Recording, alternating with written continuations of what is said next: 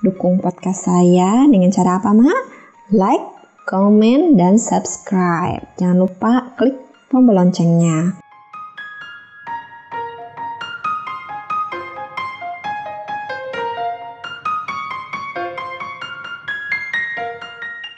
Kita jumpa di podcast Curhatan Mak Hijabar. Mus'ab bin Umair bagian pertama. Kisah perjuangan remaja paling tampan dan kaya. Mus'ab bin Umair adalah salah satu sahabat Nabi dari kalangan remaja. Kita akan memulai dengan kisah pribadinya terlebih dahulu. Mus'ab bin Umair, dia adalah remaja yang terkenal paling tampan dan punya semangat yang tinggi. Para ahli sejarah melukiskan semangatnya dengan kalimat seorang warga kota Mekah yang mempunyai nama paling harum. Mus'ab lahir dan dibesarkan dalam kesenangan. Tak ada satupun anak muda di Mekah yang beruntung dan dimanjakan kedua orang tuanya seperti yang dialami Mus'ab bin Umair. Ia biasa hidup dalam kemewahan dan sering menjadi bahan pembicaraan di antara gadis-gadis di Mekah. Ia pun selalu menjadi bintang di berbagai acara-acara. Wow, sungguh kisah hidup yang penuh pesona. Ia diberi gelar oleh kaum muslimin dengan nama Mus'ab yang baik. Ia menjadi pribadi muslim yang tangguh dengan ditempa oleh Islam dan dididik oleh Muhammad SAW. Inilah kisahnya. Suatu hari, Mus'ab bin Umair mendengar berita yang telah tersebar luas di kalangan warga Mekah mengenai Nabi Muhammad SAW. Muhammad mengatakan bahwa dirinya telah diutus Allah sebagai pembawa berita suka dan duka, sebagai dai yang mengajak umat beribadah kepada Allah yang Maha Esa. Semua berita di Mekah terpusat pada cerita tentang Rasulullah dan agama yang dibawanya. Ada berita bahwa Rasulullah bersama pengikutnya biasa mengadakan pertemuan di Bukit Sofa, rumahnya Arqam bin Abil Arqam. Sore hari, ia pergi mengikuti rombongan pengikutnya Rasulullah. Ia pergi ke tempat Rasulullah sering berkumpul dengan para sahabat untuk mengajarkan ayat-ayat Al-Quran dan membawa mereka sholat beribadah kepada Allah SWT. Baru saja Mus'ab duduk, ia langsung terpesona dengan ayat-ayat Al-Quran yang mengalir dari kalbu Rasulullah, bergema melalui kedua bibirnya dan sampai ke telinga, meresap ke dalam hati para pendengarnya. Mus'ab terpesona dengan kalimat Rasulullah yang tepat sasaran ke dalam hatinya. Hampir saja anak muda itu terangkat dari tempat duduknya karena rasa haru dan gembira. Tetapi Rasulullah mengulurkan tangannya dengan kasih sayang dan mengurut dada pemuda yang sedang panas bergejolak, hingga tiba-tiba menjadi sebuah lubuk hati yang tenang dan damai, layaknya lautan yang teduh dan dalam. Pemuda itu telah beriman dan berislam. Khunas binti Malik adalah ibunda Mus'ab yang berkepribadian kuat dan pendiriannya tak dapat ditawar. Ia wanita yang disegani, bahkan ditakuti. Ketika Mus'ab masuk Islam, tidak ada satupun yang takuti kecuali ibunya sendiri. Ia pun segera berpikir keras dan ambil keputusan untuk menyembunyikan keislamannya sampai terjadi sesuatu yang dikehendaki Allah. Waktu pun terus berlalu. Mus'ab senantiasa bolak-balik ke rumah Arqam menghadiri majelis Rasulullah. Hatinya bahagia dengan keimanan dan ia bersedia menebus amarah murka ibunya yang belum mengetahui berita keislamannya. Akan tetapi di kota Mekah tak ada rahasia yang tersembunyi, apalagi dalam suasana seperti itu. Kebetulan seseorang yang bernama Utsman bin Tolhah melihat Mus'ab memasuki rumah Arqam secara sembunyi. Di hari lain, ia melihat Mus'ab sholat seperti Muhammad SAW.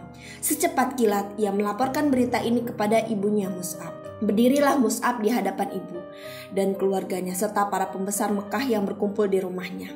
Dengan hati yang yakin dan pasti, ia membacakan ayat-ayat Al-Quran yang disampaikan Rasulullah untuk mencuci hati nurani mereka dengan hikmah dan kemuliaan. Ketika sang ibu hendak membungkam mulut putranya dengan tamparan, tiba-tiba tangannya jatuh terkulai karena melihat wajah anaknya berseri dan kian berwibawa. Perasaan keibuan membuatnya terhindar dari memukul dan menyakiti putranya. Akhirnya putranya dibawa ke suatu tempat terpencil di rumahnya, lalu dikurung dan dipenjarakannya amat rapat. Mus'ab tinggal dalam kurung dalam waktu yang cukup lama, sampai beberapa muslim hijrah ke Habsyi. Nah, mendengar berita ini, Mus'ab mengelabui ibu dan penjaga-penjaganya, lalu ia pergi ke Habsyi melindungi diri. Ia tinggal di sana bersama saudaranya kaum muhajirin lalu pulang ke Mekah. Baik di Habsyi ataupun di Mekah, ujian dan penderitaan yang dilalui Mus'ab semakin meningkat. Pada suatu hari, ia tampil di hadapan bersama beberapa muslim yang sedang duduk di sekeliling Rasulullah SAW. Hormatnya kepada Mus'ab membuat kaum muslimin menundukkan kepala dan memejamkan mata. Sementara beberapa orang matanya basah karena duka. Mereka melihat Mus'ab memakai jubah usang yang bertambal-tambal. Padahal belum hilang ingatan mereka tentang pakaian indah Mus'ab sebelum masuk Islam. Pakaiannya berwarna-warni dan menghamburkan wangi yang semerbak. Adapun Rasulullah menatap Mus'ab dengan pandangan penuh arti. Ada cinta, kasih, dan syukur dalam hati. Rasul tersenyum mulia dan bersabda, "Dahulu saya lihat Mus'ab ini tak ada yang mengimbangi dalam memperoleh kesenangan dari orang tuanya. Kemudian ditinggalkannya semua itu demi cintanya kepada Allah dan Rasulnya." Semenjak ibu Mus'ab merasa putus asa untuk mengembalikan Mus'ab kepada agama yang lama, ia telah menghentikan segala pemberian yang biasa dilimpahkan kepadanya. Bahkan ia tak sudi nasinya dimakan orang yang telah mengingkari berhala dan patut dikutuk, walau anak kandungnya sendiri. Akhir pertemuan Mus'ab dengan ibunya ketika perempuan itu hendak mengurungnya lagi. Sewaktu Mus'ab pulang dari Habsyi, Mus'ab bersumpah dan menyatakan tekadnya untuk membunuh orang-orang suruhan ibunya bila rencana itu dilakukan. Setelah ibunda mengetahui kebulatan tekad putranya, tak ada jalan lain lagi baginya kecuali melepaskannya dengan cucuran air mata. Sementara Mus'ab mengucapkan selamat berpisah dan menangis pula. Saat ibunda mengusirnya dari rumah, ibunda berkata, "Pergilah sesuka hatimu, aku bukan ibumu lagi." Mus'ab pun menghampiri ibunya sambil berkata, "Wahai ibunda, telah Ananda sampaikan nasihat kepada bunda. Ananda kasihan kepada bunda. Karena itu, saksikanlah bahwa tiada Tuhan melainkan Allah dan Muhammad adalah hamba dan utusannya." Ibunda naik darah dan murka. "Demi bintang, sekali-kali aku takkan masuk ke dalam agamamu itu. Otakku bisa jadi rusak dan buah pikiranku tak akan dipedulikan orang lagi." Begitulah Mus'ab meninggalkan kemewahan dan kesenangan yang dialaminya selama ini. Ia memilih hidup miskin dan sengsara. Pemuda tampan dan tajir itu kini menjadi seorang yang melarat dengan pakaian yang usang. Hidupnya sehari makan dan beberapa hari menderita kelaparan. Namun jiwanya yang telah dihiasi dengan akidah suci dan cemerlang telah mengubah dirinya menjadi manusia lain. Ia menjadi manusia yang dihormati, penuh wibawa dan disegani. Mus'ab bin Umair bagian kedua, ahli retorika, duta Islam yang pertama. Suatu hari, Mus'ab dipilih Rasulullah untuk melakukan tugas yang sangat penting. Ia menjadi duta atau utusan Rasul ke Madinah untuk mengajarkan Islam kepada kaum Ansyar yang telah beriman dan baiat kepada Rasulullah di Bukit Aqobah. Selain itu, ia juga mengajak orang-orang di sana untuk masuk Islam, serta mempersiapkan kota Madinah untuk menyambut hijrahnya Rasul kelak. Sebenarnya, di kalangan sahabat saat itu masih banyak yang lebih tua, lebih berpengaruh, dan lebih dekat hubungan kekeluargaannya dengan Rasulullah daripada Mus'ab. Tetapi, Rasulullah menjatuhkan pilihannya kepada Mus'ab yang baik. Rasul menyadari sepenuhnya bahwa beliau telah memikulkan tugas amat penting di atas pundak pemuda itu. Ia menyerahkan kepadanya tanggung jawab nasib agama Islam di kota Madinah.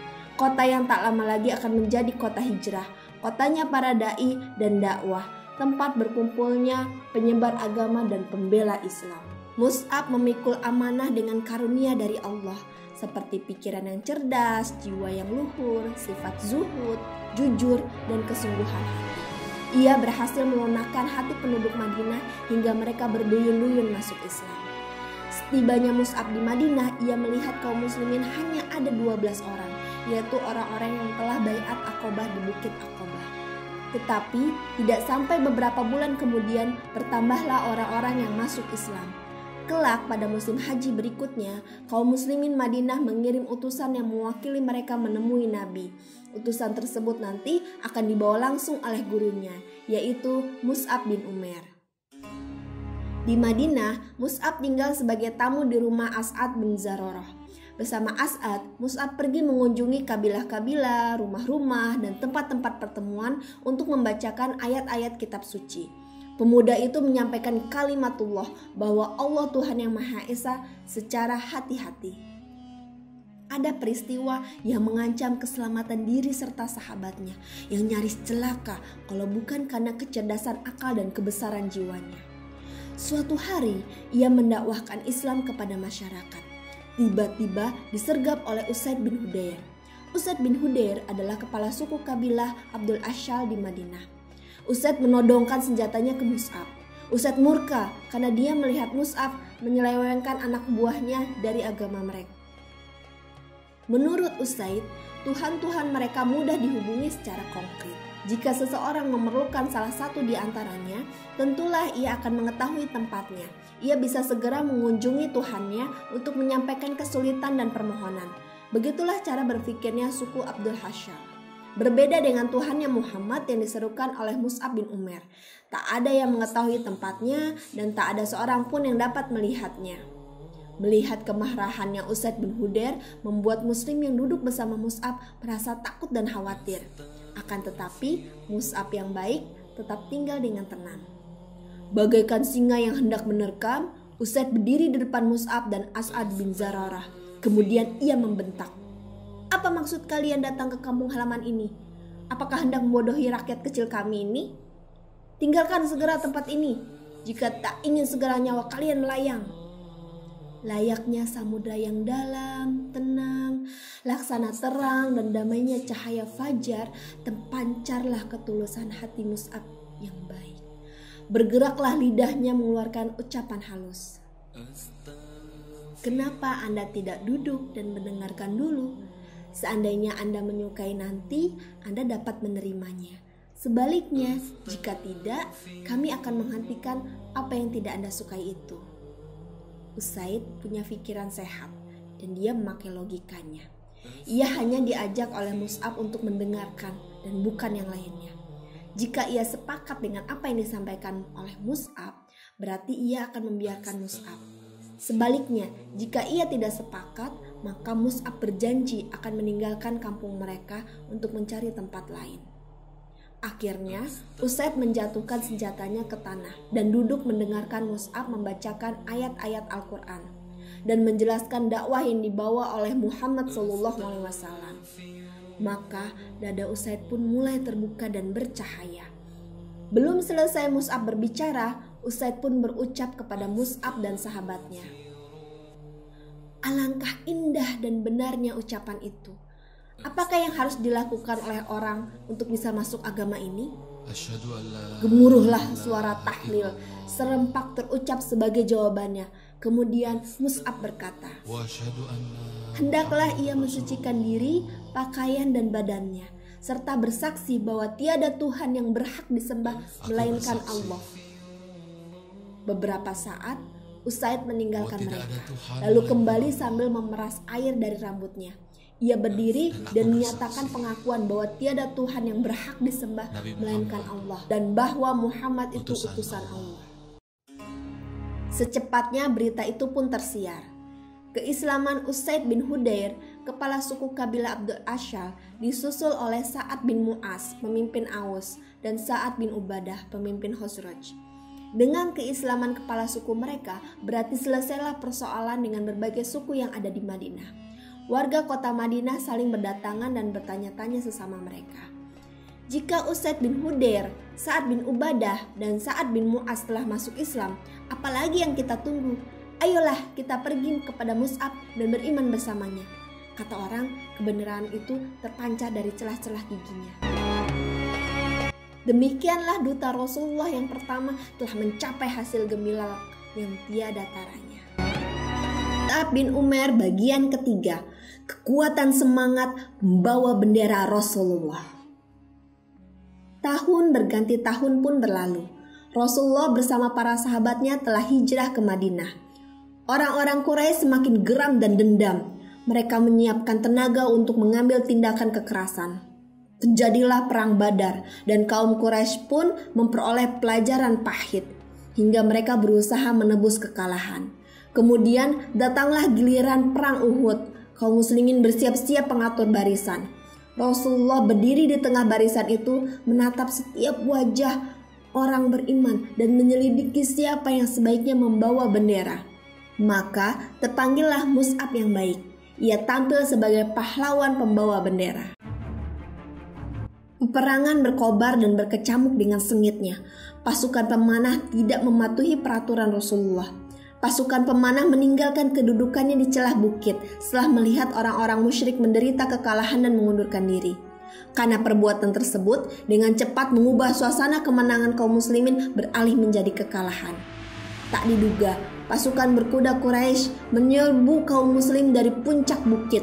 Lalu tombak dan pedang pun berdentang bagaikan mengamuk, membantai kaum muslimin yang tengah kacau balau. Melihat barisan kaum muslimin porak-poranda, musuh pun menunjukkan serangan ke arah Rasulullah dengan maksud menghantamnya.